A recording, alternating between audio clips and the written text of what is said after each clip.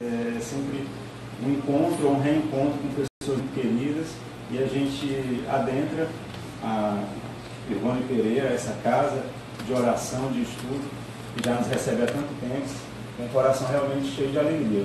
E com uma reflexão interessante nessa noite, que é acerca da fraternidade e da abnegação. E fazer o link dessas duas propostas com o alto amor. Na verdade, essa foi uma proposta que nos repassaram no mês de janeiro. Uma das casas aqui de São Luís nos convidou para fazer essa abordagem. E eu confesso a vocês que na época, quando nós recebemos o tema, fiquei me perguntando como é que eu conseguiria fazer essa ligação entre fraternidade e abnegação como propostas de alto amor. Realmente, como uma amiga minha costuma dizer, lá da casa que a gente frequenta, o Caridade e Amor, sempre que nos é ofertado um tema desse, a gente não vem aqui para palestrar. A gente estuda, a gente reflete, digere para nós. E aí a gente vem compartilhar o que conseguiu captar dessas reflexões. E, para minha surpresa, à época, a gente percebeu, depois do estudo, como fica muito clara essa relação entre fraternidade, abnegação e alto amor. E é o que a gente vai tentar fazer ao longo dessa nossa fala, com exemplos práticos, porque a gente precisa trazer isso para a nossa realidade. Nosso amigo aqui falava de muitas coisas importantes que nos tocam essa vida cotidiana, e doutrina espírita é isso. A gente precisa sair daqui entendendo como é que essa mensagem ela afeta as nossas vidas. A gente não pode simplesmente achar bonito, se emocionar, e foi muito bom, foi muito bacana, tomei meu passe, fui embora, e eu continuo a fazer as mesmas coisas que eu fazia quando entrei aqui. Então a gente precisa sair daqui renovado, a gente precisa sair daqui toda vez que a gente se depara com essa informação. E aí, nosso amigo falava aqui de uma palestra que a gente assiste. E os espíritos eles são muito claros quando dizem que nós nos comprometemos imensamente quando a gente tem pelo menos 10, 15 minutos dessa informação à nossa disposição. Porque tudo muda, a nossa visão de mundo muda. E essa é a nossa ideia. Daqui nós saímos refletindo, pensando como é que essa mensagem ela afeta a minha vida diária, minha vida cotidiana. Para a gente entender essa trilogia, vamos dizer assim, fraternidade, abnegação e alto amor, é interessante, eu sempre gosto de fazer assim, resgatar conceitos, para que a partir dos conceitos a gente possa fazer essas ligações. Então, quando a gente fala em fraternidade, e a gente busca no dicionário o conceito dessa palavra, nós vamos lembrar que fraternidade vem do latim, frater, que significa irmão. E aí, vamos aprofundando esses conceitos que o dicionário nos traz, para a gente depois fazer a ligação com o que a doutrina espírita nos propõe. E aí a gente vai entender que fraternidade é esse laço de parentesco entre irmãos. A fraternidade universal, ainda conceitos do dicionário, designa a boa relação entre os homens, em que se desenvolvem sentimentos de afeto próprios dos irmãos consanguíneos. E aí, como tudo está linkado, tudo está interligado, ele falava agora há pouco desses laços de família, e de que nós reencontramos criaturas que foram desafetos nossos no passado. Realmente, a família, ela nos proporciona esses reencontros, mas não só de desafetos, de afetos também, de espíritos estranhos, como a gente vê no Evangelho segundo o Espiritismo. Então, há toda uma mescla de espíritos que se reencontram nesse agrupamento familiar. E aí os irmãos, a palavra ali é interessante, né? Afeto, relação ou sentimento de afeto próprio dos irmãos consanguíneos. Mas alguém poderia dizer, mas isso aí não vale para a minha família nem para os meus irmãos, porque a gente briga, a gente se desentende. Realmente, vez por outra, a gente se desentende. Mas é interessante, e na época da juventude, quando a gente frequentava a juventude lá da casa, há 20 anos, quando eu cheguei lá, a nossa coordenadora de juventude sempre dizia assim, que irmãos, porque nós éramos vários irmãos no grupo de juventude, ela dizia assim, irmão, é interessante, né? A gente briga, a gente discute, a gente se desentende, mas se alguém mexe com o nosso irmão, aí a gente vai e compra essa briga, né? Entre aspas, a gente vai, defende, porque a gente tem essa relação de carinho, de afeto, que é o que a fraternidade nos remete a esse conceito, a essa proposta de afeto que é muito próprio entre irmãos consanguíneos. Convivência equilibrada e agradável entre várias pessoas. Isso aqui são todos conceitos que a gente extraiu dos dicionários terrenos. A gente ainda não falou nada de novo, vamos dizer assim, que a proposta espírita nos traz em termos de fraternidade. Isso vai ser o nosso próximo slide. É só para a gente perceber como esses conceitos eles vão casando com o que a proposta espírita nos traz em termos de fraternidade, universal principalmente. E aí, quando nós percebemos essa questão da convivência equilibrada e agradável entre várias pessoas, nós recordamos de uma parábola, vamos dizer assim, que a monja Cohen nos traz. Acho que vocês devem conhecer a monja, né, que é uma expressão aqui no nosso país muito grande, muito forte do budismo. E lendo uma obra dela no início do ano, A Sabedoria da Transformação, a monja traz ou resgata uma história que ela diz que não é dela, na verdade, algumas filosofias ou propostas espiritualistas, ela disse, também já resgatavam, já traziam essa história, esse conto, que é o seguinte: os conceitos de céu e inferno, para a gente poder chegar nessa questão da convivência harmônica. Ela diz assim, que céu e inferno, nessa imagem, nesse símbolo que ela nos traz, céu e inferno seriam representados por dois lugares repletos de pessoas, e as pessoas em torno de grandes mesas, e nessas grandes mesas banquetes sendo servidos. Só que as pessoas ali, tanto no céu como no inferno, elas estão atadas às cadeiras, com os braços com pouco movimento, presas às cadeiras sem poder movimentar muito, e nas mãos das pessoas grandes colheres, grandes conchas para poder se servir dessa comida. E aí a monja fala o seguinte, que no inferno todo mundo se desentende, briga, discussão, desarmonia. Por quê? Porque cada um tenta trazer a comida para a sua boca e não consegue se alimentar. E por não conseguir se alimentar, as discussões, as brigas, os desentendimentos. E aí ela fala que no céu o cenário é o mesmo, a mesma dificuldade, o mesmo cenário, né, o banquete posto, as pessoas com essa dificuldade de se mexer, né, de se movimentar, mas ela disse que o cenário é diferente porque as pessoas estão em harmonia, as pessoas estão bem, estão felizes, e a explicação é, ao invés de tentarem trazer a comida à boca, elas esticam a colher e servem quem está à sua frente. Ou seja, o cenário é o mesmo, a dificuldade é a mesma, mas a forma como se encara o desafio é que é diferente. A convivência equilibrada que a fraternidade nos propõe é justamente essa, da imagem de céu que ela nos traz, dessa convivência pacífica, harmônica, porque eu vejo o outro como alguém tão importante quanto eu, porque é meu irmão, porque é filho de Deus como eu sou. Então, são conceitos que a gente percebe que o dicionário nos traz, que nos remetem a esse sentimento de irmandade, de afeto, de convivência equilibrada, agradável. Isso tudo é fraternidade. E aí, quando a gente visita a obra O Evangelho segundo o Espiritismo, nós vamos observar lá no capítulo 2 dessa obra, Meu Reino Não É Deste Mundo, quando Kardec e os espíritos superiores nos trazem a proposta da vida futura, o entendimento da vida futura. E uma das mensagens, que foi a que a gente destacou para falar de fraternidade, o ponto de vista.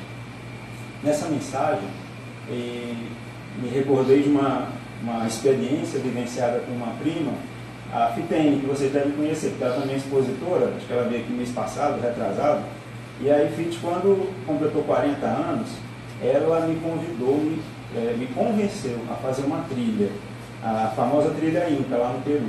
E aí a gente foi, né? Desafio, nunca tinha feito trilha nenhuma, e a gente foi para mais difícil. E aí a gente foi nessa aventura e tudo, tinha dia que eu acordava de madrugada e falava, o que eu estou fazendo aqui?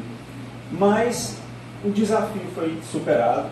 E por que eu estou falando disso? Porque quando a gente vai observar essa mensagem do ponto de vista, Kardec pede para a gente observar a vida presente, a vida aqui na matéria, do ponto de vista do espírito, da vida imortal. A gente de lá olhar para cá, para perceber que as coisas aqui são muito pequenas perto dessa realidade maior que nós somos convidados a vivenciar. E é justamente a sensação que a gente tem quando faz uma trilha dessa, e você chega a milhares de quilômetros de altura, de altitude, quando a gente está naquela montanha e olha lá para baixo, e a gente vê as coisas assim tão pequenas, e de uma forma mais abrangente, que as pequenas coisas, os pequenos detalhes, eles se perdem. E o ponto de vista é uma mensagem que nos remete a isso, para que a gente tenha esse olhar mais ampliado da vida. E aí, o que a gente percebe lá na mensagem? A informação de que o Espiritismo dilata o pensamento e lhe rasga horizontes novos. Essa imagem, essa visão que a gente tem de mais alto. O Espiritismo nos proporciona isso, porque nos faz ver a vida de uma forma muito mais abrangente, muito diferenciada do que a gente tem percebido. Diz mais, em vez dessa visão acanhada e mesquinha, que o concentra na vida atual, nos concentra, seres humanos, na vida atual, mostra que essa vida não passa de um elo no conjunto da obra do Criador. É mais uma experiência. Já vivi outras, viveremos outras tantas pela frente, e a gente vai percebendo que a atual, ela não passa de um elo no conjunto dessa obra. E aí Kardec complementa, mostra a solidariedade que conjuga todas as existências de um mesmo ser, todos os seres de um mesmo mundo, e os seres de todos os mundos. Faculta assim uma base, uma razão de ser, a fraternidade universal. Por que a gente tem então esse sentimento, essa ideia de fraternidade ampliada com a doutrina espírita? Porque ela nos fala que irmão não é só aquele que reencarna na mesma família. Irmão é a humanidade. Somos todos irmãos, porque nós todos fazemos parte desse grande conjunto. As nossas existências, elas estão interligadas, como a nossa querida Sueli Caldas Schubert nos fala, das mentes interconectadas e a lei de atração, o nome da obra da Sueli, a mineira Sueli, que já esteve aqui conosco no Maranhão, em algumas oportunidades. E aí a gente vai perceber todos os seres interligados em todos os mundos, mas esses conceitos a gente só consegue perceber com a doutrina espírita.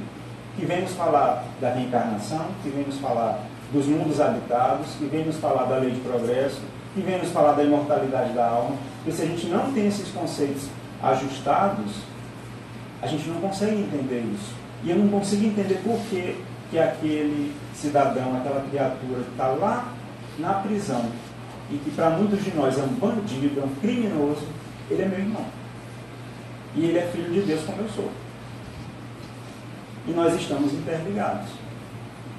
Posso não gostar, como eu ouço muitas vezes colegas falando assim, teu irmão, ou melhor, dizem assim, é teu irmão, meu não, sabe? É de todos nós. Porque todos nós somos filhos do mesmo Pai. A fraternidade universal. Olha como a doutrina espírita amplia esse conceito para nós. E a gente entende por que somos irmãos. E a gente se dá conta de que não pode alimentar essa ideia de que bandido bom é bandido morto, porque é meu irmão. Ah, mas é isso, é aquilo, aí a gente levanta as bandeiras, né, as mais variadas possíveis para condenar e esquece que Jesus, que é a nossa referência, não condenou ninguém. Basta a gente lembrar, né, do caso da mulher adúltera, quando ele propõe que aquele que estivesse sem erros, sem pecado, atirasse a primeira pedra. E ninguém atirou, porque todo mundo ali, como hoje na humanidade todos nós somos, pessoas que nos equivocamos. Então, um conceito de fraternidade universal que a doutrina espírita vem ampliar para nós. Então, fraternidade. A gente entendeu essa relação, esse conceito de fraternidade lá no dicionário, complementado pela informação espírita, ampliado, na verdade, pela informação espírita. E aí a gente passa para o segundo ponto, que é a abnegação. Porque vejam só qual é a proposta de hoje. É a gente aliar fraternidade com a abnegação, entendendo as duas coisas como propostas de alto amor. Vamos lá, vamos caminhar então. Abnegação. Renúncia espontânea do interesse, da vontade, da conveniência própria. A pessoa abnegada, a criatura abnegada, é aquela que renuncia espontaneamente o seu interesse.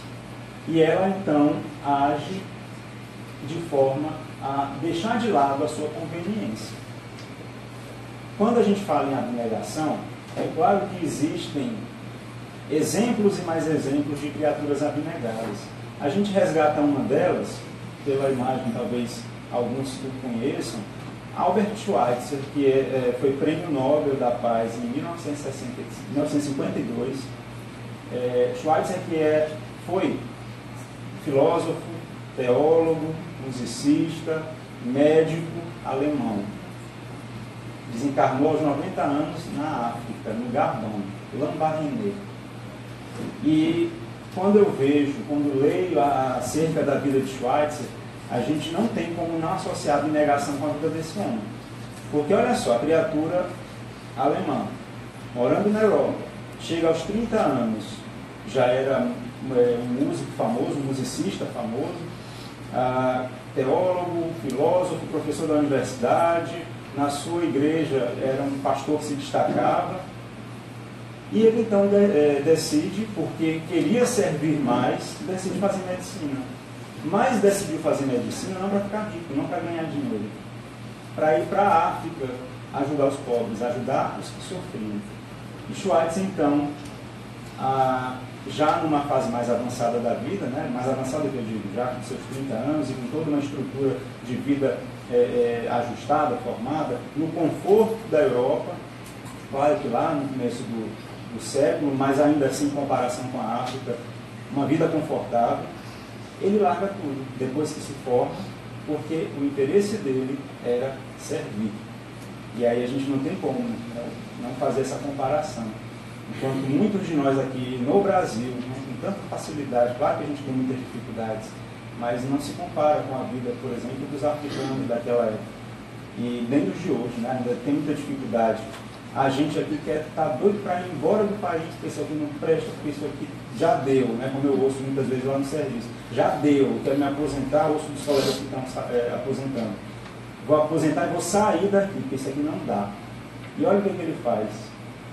Ele se forma para ir para a África, para ajudar, para servir.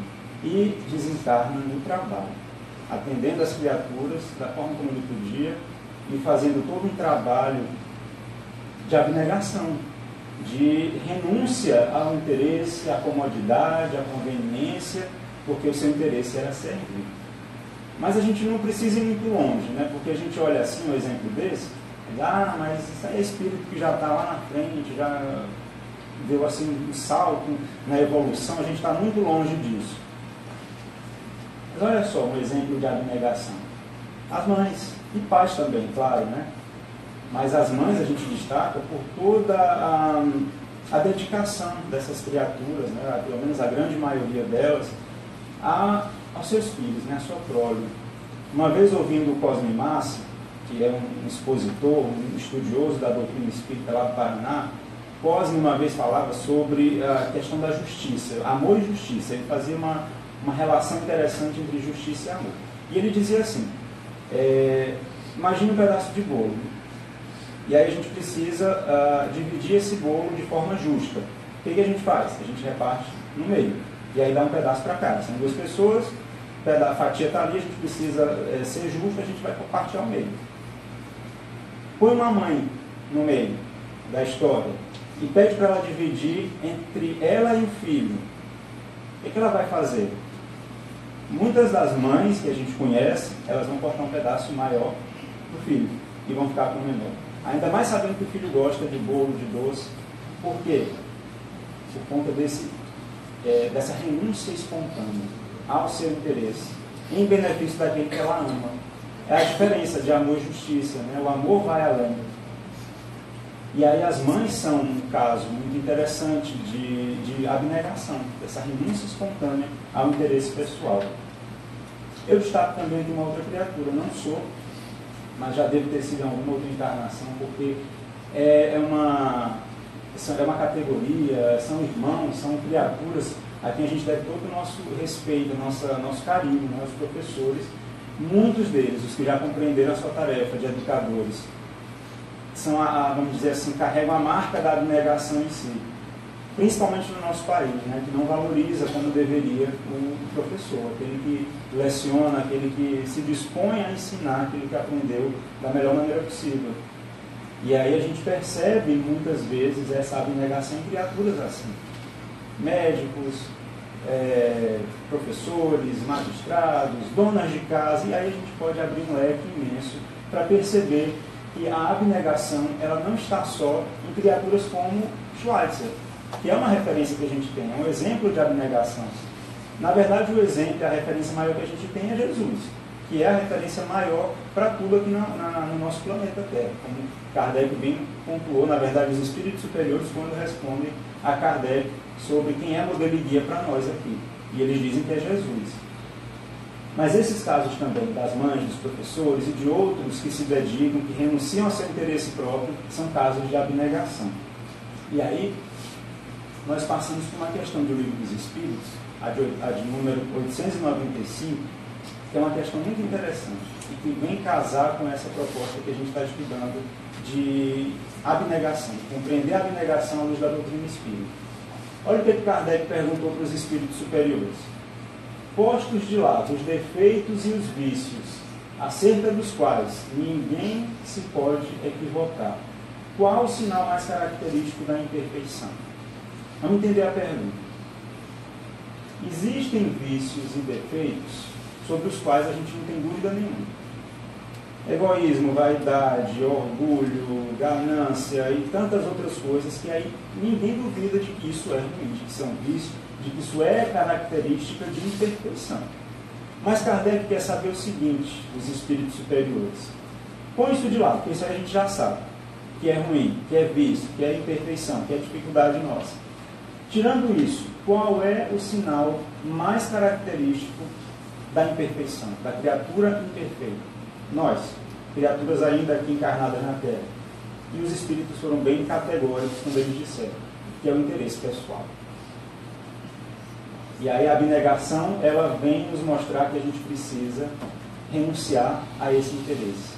Olha só, né? Isso aqui ainda é característica, é o sinal característico nosso, criaturas encarnadas aqui na Terra, imperfeitas ainda, interesse pessoal, que a gente precisa combater. Um homem, dizem os espíritos a responder para Kardec, um homem pode possuir qualidades reais, que levem o mundo a considerá-lo um homem de bem. A fulana é tão bom, a pessoa é tão boa, e a gente enche a boca, né, para dizer assim, fulana é tão bom, por que passa por tanta dificuldade, por que sofre tanto, a criatura é tão boa. Mas essas qualidades, embora assinalem um progresso, nem sempre suportam certas provas, bastando algumas vezes que se fira a corda do interesse pessoal para que o fundo fique a descoberto. Mexeu no interesse pessoal, mexeu naquilo que toca a criatura, e aí ela se mostra quem é, de verdade. Nós nos mostramos. Que a gente fala assim, a criatura se mostra, somos nós, né? A gente não está falando de ninguém lá fora, somos nós. E ainda precisamos aprender, entender, digerir muita coisa. E aí a gente recorda de um outro expositor. Esse, inclusive, já faça propaganda porque ele vai estar aqui no nosso evento do próximo ano, a CONESMA, Federação Espírita do nosso Estado. Ela, todos os anos, na época de Carnaval, no período do Carnaval, realiza vamos dizer, um mini congresso, um encontro no período de Carnaval, que é a CONESMA. Próximo ano, inclusive, 40 anos desse evento. E o Jorge Alahá, que é lá de Rondônia, e enfim, cresceu no movimento espírita do Pará, é contemporâneo do Alberto Almeida. O Jorge, ele tem feito uma série de palestras pelo Brasil e pelo mundo afora, e tem uma fala dele, um exemplo que ele dá, que isso me tocou muito. E aí compartilho com vocês. Ele disse assim, tocando nessa questão do interesse pessoal, de como a gente ainda é muito... precisa se estudar e se analisar bastante. Ele, com uma situação hipotética, a gente compra um carro. O carro está novinho, aí a gente vai sair com o carro pelas ruas e para no sinal. O sinal está vermelho, a gente parou e a gente está olhando aqui pelo retrovisor que o carro que vem atrás vai bater. E ele bate. E aí ele fez a seguinte pergunta: quem que a gente faz ao descer do carro? A gente vai olhar o carro novo batido ou a gente vai olhar se a pessoa que bateu o carro está machucada? Se ela se feriu, se está tudo bem? Para a gente perceber, né, a questão do interesse pessoal. Eu estou preocupado mais com a vida do outro, com a saúde, com a integridade do outro que me bateu, ou eu estou preocupado com o meu carro novo que eu acabei de tirar da concessionária, sei lá de onde, de casa, e estava dirigindo ali numa boa e aquela criatura veio e bateu porque não prestou atenção, porque é isso, porque é aquilo, e a gente começa com a nossa revolta, porque o interesse fala mais alto. Aí a gente vai pensar na dor de cabeça, da despesa, do carro que vai ficar parado. E a pessoa está bem? A gente pelo menos se importou perguntou se a criatura... E ele faz essa reflexão. E é muito interessante porque a gente se coloca no lugar, né? Quem dirige aqui já deve ter passado por situações bem difíceis no trânsito, né? De alguém que corta, de alguém que bate, de alguém que... Enfim. E a gente tem que se analisar. Um amigo lá da casa que a gente frequenta, ele narra uma experiência muito interessante, que ele parou no sinal, uma coisa muito parecida com essa, mas ele disse que ele saía de um evento. Ele geralmente faz o cerimonial desses eventos que vocês já devem ter participado, congresso, conesma. E aí o Didi, que é o Adinaldo, que a gente chama, ele disse que ele estava assim, saindo de um evento, que ele estava assim, numa alegria, assim, numa onda, né, numa vibe tão boa, que ele estava ali parado no sinal e o cara bateu. E ele disse que por conta desse clima de envolvimento que ele estava, ele desceu tranquilo do carro. E o rapaz, um garoto relativamente novo, foi lá todo preocupado e tal, e ele começou a tratar o menino bem, assim, a falar para ele não se preocupar, que estava tudo bem, que eles iam resolver e tal. E foi acalmando aquele rapaz, e foi conversando com ele. E ele disse que foi interessante porque no final o rapaz pediu um abraço para ele, que ele ficou tão bom, assim, tão bem, se sentindo tão bem por aquele acolhimento, por aquele tratamento que ele recebeu, que ele não imaginou que batendo em alguém, no carro de alguém, ele seria tratado daquela forma. Então é possível, sim, a gente fazer esse esforço, né, de nos mostrarmos criaturas mais abnegadas. E olha como é que eles complementam e finalizam a resposta. O verdadeiro desinteresse é coisa ainda tão rara na Terra que é admirado como fenômeno quando se manifesta. Tanto é que a gente está falando aqui de Schweitzer, de Albert Schweitzer. Uma criatura que já desencarnou há muito tempo. Em 1965 ele desencarna. E a gente está relembrando Schweitzer porque é um exemplo de verdadeiro desinteresse. Quando hoje a gente percebe criaturas que adentram na medicina única e exclusivamente para ganhar dinheiro. Nada contra a criatura viver, claro, do seu estudo, do seu esforço, não estou criticando ninguém. Estou dizendo que é para os médicos agora partirem para a África e todo mundo ir para lá salvar vidas. Não é isso. Mas o desinteresse verdadeiro ainda é tão raro que a gente se surpreende com a criatura quando a gente não chama de peixe. Quando a gente ouve, por exemplo, criaturas que acham malas de dinheiro, ou essas coisas em carro, na rua, e a pessoa devolve, vai para o jornal, né? Que a pessoa, fulano devolveu o dinheiro. Honesto, a pessoa que coloca o interesse do outro acima do seu, que ela pode estar até precisando, mas o dinheiro não é dela, então ela não vai ficar. E muita gente diz, muito bem, está, se fosse eu, pelo menos um pouquinho ficava para mim, eu devolvi uma parte, ou então pedir uma recompensa, então pedir, aí a gente vai criando essas condições, porque o verdadeiro desinteresse realmente ainda é admirável, por nós ainda não estarmos habituados a esse comportamento. Mas por que eu preciso ser fraterno e abnegado? Lembram? A proposta é fraternidade, abnegação, uma proposta de auto-amor. Tá, então eu já sei o que é fraternidade, já sei o que é abnegação, já entendi o conceito que o dicionário me traz, a proposta espírita, fraternidade, de abnegação. Mas por que eu preciso ser assim? Por quê? E aí eu lembro do Theo, meu sobrinho, que está com 3 anos, né? E está naquela fase do porquê. No dia, a gente estava com meu irmão e a gente estava conversando sobre bobagem, ele estava falando de abacaxi que o açúcar tinha acabado. E aí ele ouviu, ele falou assim, mas por que acabou, tio? Aí eu falei assim, todo mundo comeu. Mas por que todo mundo comeu? Eu falei assim, porque estava todo mundo com fome, Theo. Mas por que estava todo mundo com fome? Theo, porque a gente saiu de casa, ninguém tinha comido na rua, e aí a gente voltou com fome e comeu. Aí eu acho que eu aumentei tanta resposta que ele não tinha mais o que perguntar. Mas por que eu estou lembrando aqui de Theo? Porque nessa fase, né, a criança quer saber por quê, mas por quê? E a gente precisa resgatar isso. Quando nós adentramos a doutrina espírita, o movimento espírita, a gente começa a estudar, a gente precisa indagar realmente, mas por que tem que ser assim? É porque o moço está falando lá na frente? É porque alguém disse que tem que ser assim?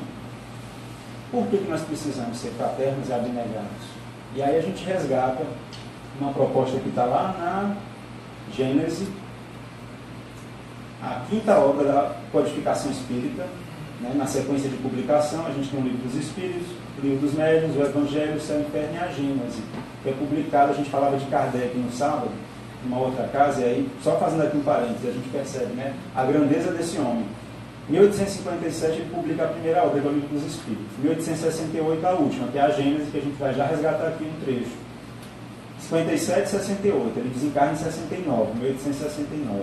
Então olha só o lapso, né, de tempo que ele teve para publicar as obras, para trazer toda a codificação, claro que com o apoio da espiritualidade, e a gente nem lê, nesse tempo que ele codificou, muitos de nós nem lemos dessas 5 obras.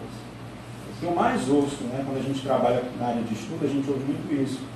Você dizer assim, mas isso aqui é muito complicado, essa letra é muito miúda. Compra uma letra maior. Hoje em dia, os recursos que a gente tem, não precisa nem comprar o livro. E a gente coloca a letra grande do jeito que quer. Mas dá sono, lê em pé, então você está com sono. Mas lê, estuda.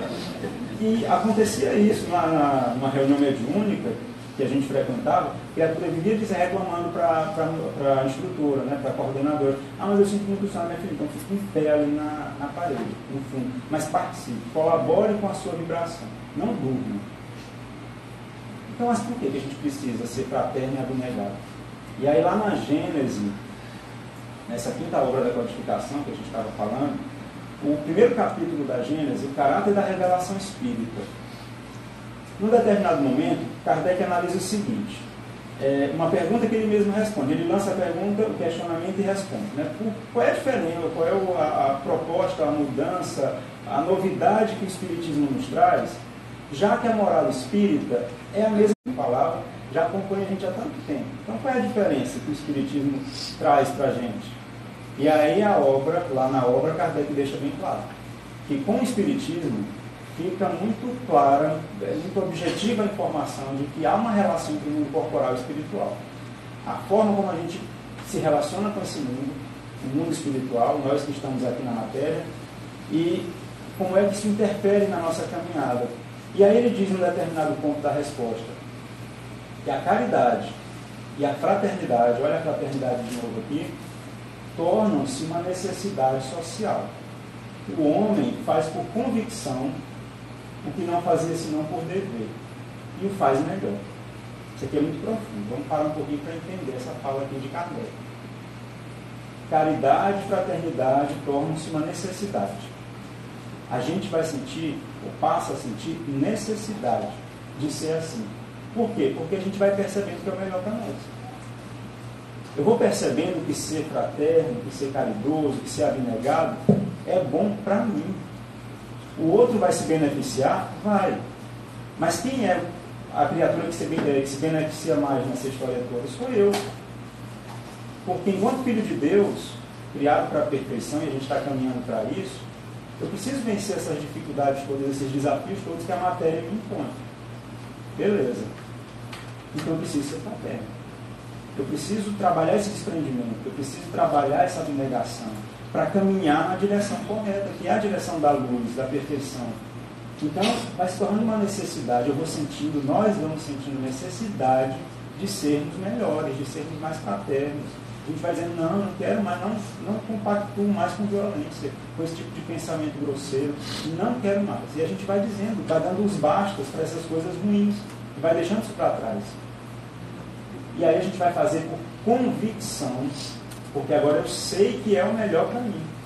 Então eu faço porque eu estou convicto de que isso é o melhor. Aquilo que eu fazia por obrigação. Eu não sei se aqui nossos amigos do Ivone passam por essa dificuldade, né? Com alguns trabalhadores, com algumas criaturas que se voluntariam para as atividades. Mas a gente ouve, né? Às vezes a pessoa dizer assim, numa tarefa que ela está porque ela quer. Pelo menos parece querer. Eu só vim hoje porque é o jeito, né? Porque meu nome está ali naquela lista, e aí eu tenho que vir mesmo. A pessoa está fazendo aquilo por obrigação. Não precisa vir, obrigado, não precisa.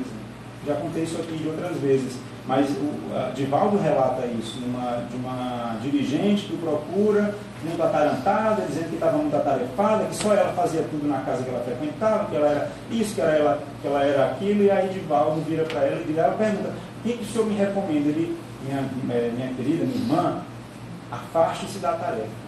Mas como não vai parar se eu me afastar? Ela, mas está te fazendo mal.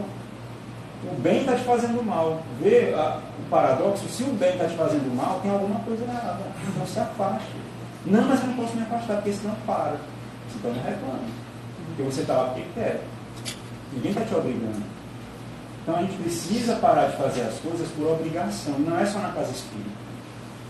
Eu ouço colegas no meu ambiente de trabalho dizerem assim: se eu não tiver a função, a gratificação tal, eu não vou fazer tal serviço. Aí a gente olha assim: mas tu não recebe um salário, criatura, para fazer o teu trabalho? Por que tu tem que receber a mais para fazer? Tu já recebe um salário, que não é ruim. Por que tu tem que fazer a mais? Ou só pode fazer se receber a mais. E a gente vai impondo condições nos nossos ambientes de trabalho, onde a gente transita. A gente vai começando a fazer as coisas como se fosse um fardo, uma obrigação. E não pode ser assim. E com a doutrina espírita, a gente vai entendendo que é melhor para nós.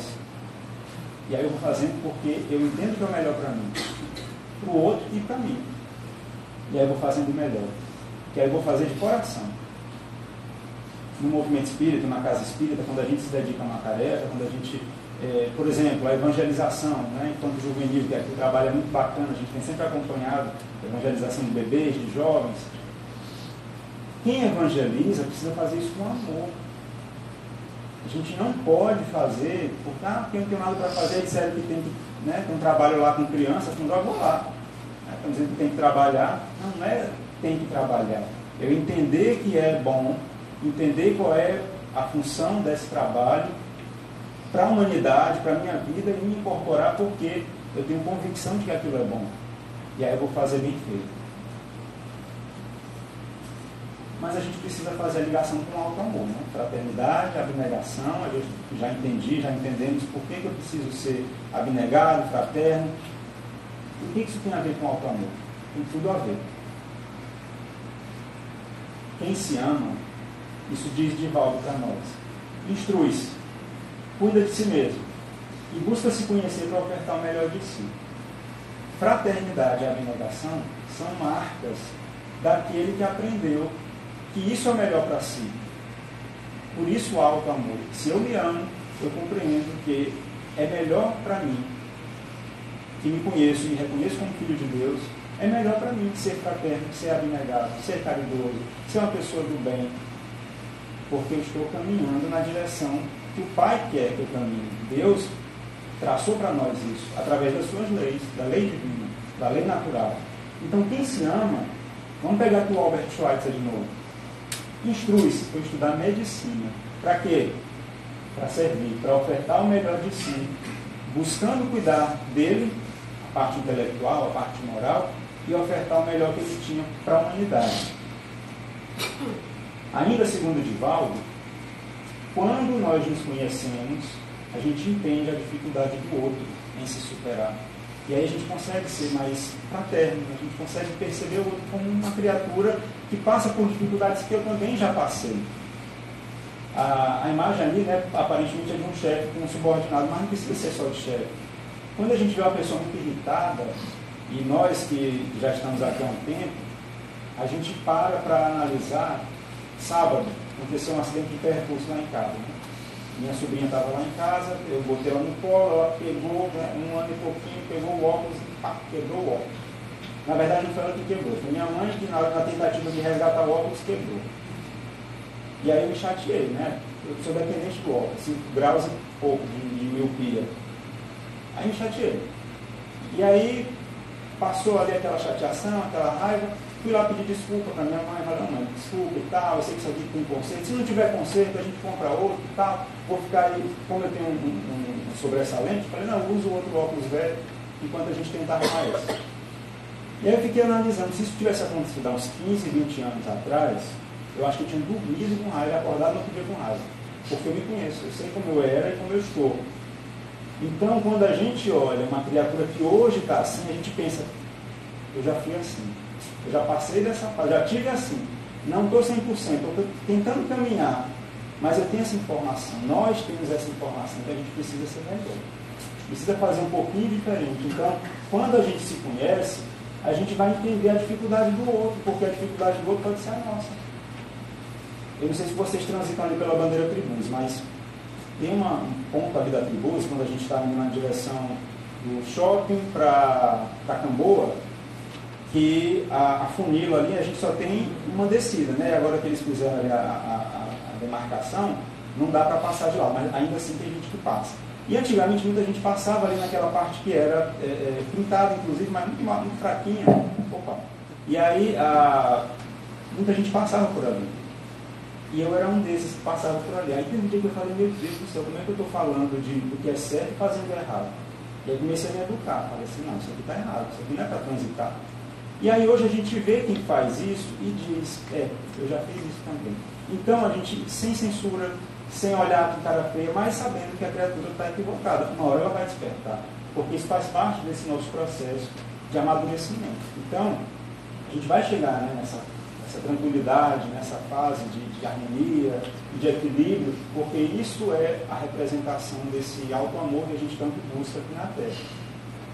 E aí algumas situações bem corriqueiras, elas vão acontecer, elas vão nos estimular a fazer o que é certo.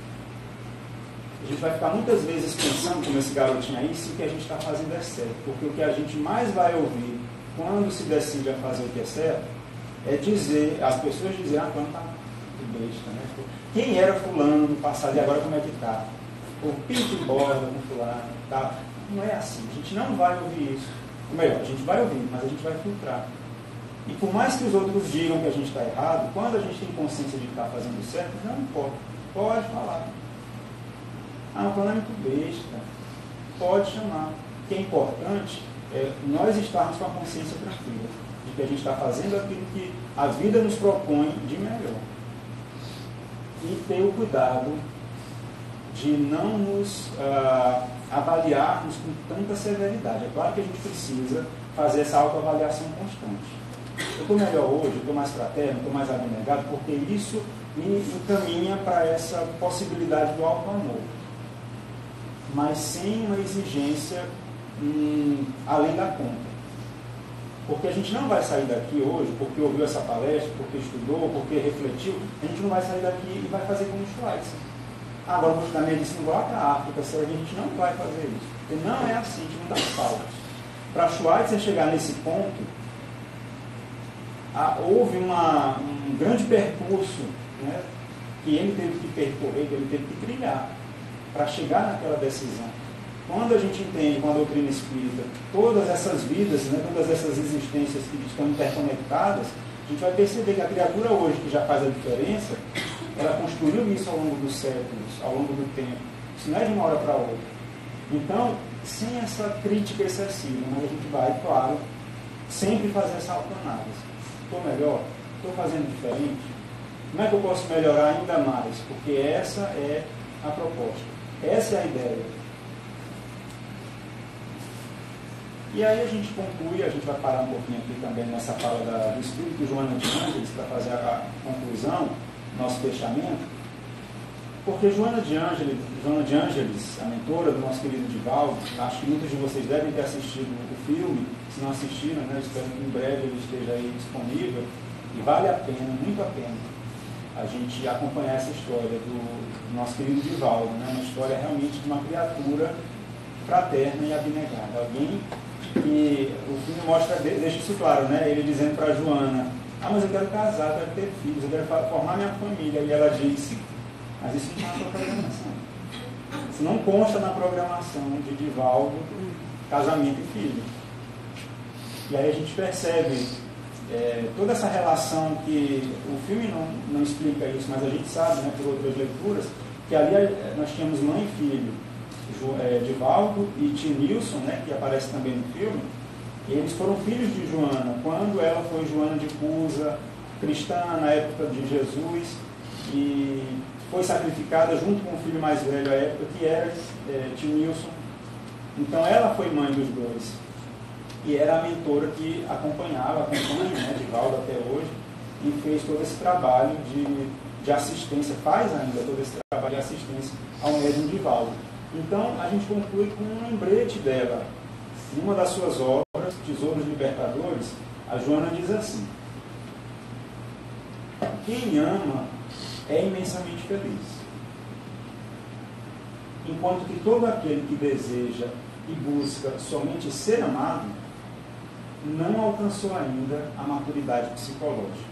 Olha o que Joana diz: aquele que ama, aquele que se doa, aquele que é fraterno, aquele que é abnegado, esse é feliz, porque esse já entendeu qual é o sentido da vida. Enquanto que aquele que busca somente ser amado ainda não alcançou a maturidade psicológica. Demora-se em lamentável estado infantil. Olha o que Joana diz, né? Que isso ainda é um estado infantil da criatura que só quer ser servida, ser amada. Não, é porque... E aí a gente toca na questão do interesse pessoal. Quando o interesse pessoal é muito forte, demonstra uma imaturidade psicológica da criatura, segundo Joana, lá em Tesouros Libertadores. Então, que nós saímos daqui com essa certeza de que nós já temos uma informação muito importante à nossa disposição, que é a informação espírita. Que a gente possa colocar isso em prática. É um desafio para todos nós. Não é fácil. A própria Joana diz, quando ela, em uma das suas falas, a respeito dos voluntários, né, de quem abraça uma tarefa no movimento espírita, e se dedica ao estudo e ao trabalho do bem, ela fala que não é difícil você abraçar uma tarefa, não é difícil a gente se lançar uma tarefa, não é. A dificuldade está na manutenção desse compromisso. E ela diz assim que quer saber se a criatura realmente está interessada em continuar, em perseverar, pelo menos 10 anos. 10 anos acompanhando essa criatura aí, se ela persevera e vence dificuldades. Porque, enquanto isso, enquanto esses 10 anos não passam, é um aprendiz que está na luta, que está tentando, para a gente ter certeza de que a criatura abraçou. Olha, né, e a gente pensa assim, meu Deus, 10 anos, mas 10 anos passa rápido. Quando a gente menos imagina, eu falei para vocês dos 20, né, quando a gente chegou lá na juventude, e passa muito rápido. Então a gente precisa entender isso, que nós estamos aqui para amarmos e não para sermos amados. Claro que se a gente é amado é muito bom, claro que é bom, estou dizendo que não é, mas que a gente tenha isso em mente, que o nosso objetivo maior aqui é servir. E a referência máxima, fechando com essa referência que a gente não pode deixar de citar sempre, é Jesus. Não tem exemplo maior de criatura que passou pelo planeta e serviu sempre. Jesus. Então, que nós possamos voltar para as nossas casas, para os nossos lares, com essa certeza, que nós estamos no caminho. Então, vamos exercitar a fraternidade, a abnegação, assim nós estaremos dando prova, dizendo assim, olha, pode confiar, já entendi e vou seguir esse caminho. É como nós podemos expressar nessa fala bem informal com o Pai Criador, que é Deus. Então, façamos esse esforço e sigamos adiante, porque Ele quer sempre o melhor para cada um de nós. A gente devolve aqui a palavra para o nosso coordenador e agradece a atenção de todos.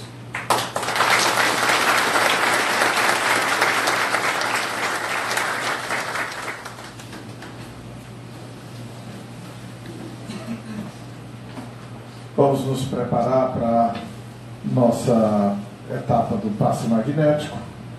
Os que estão no fundo, na primeira fileira, serão os que irão primeiro, depois aqueles aqui da frente até o final. Os que estão em tratamento, indicado pelo atendimento fraterno, devem aguardar a chamada dos números após o passe, que é livre para todos os demais. Os de atendimento fraterno ficam por último. Tá bom? Vamos apagar a luz novamente.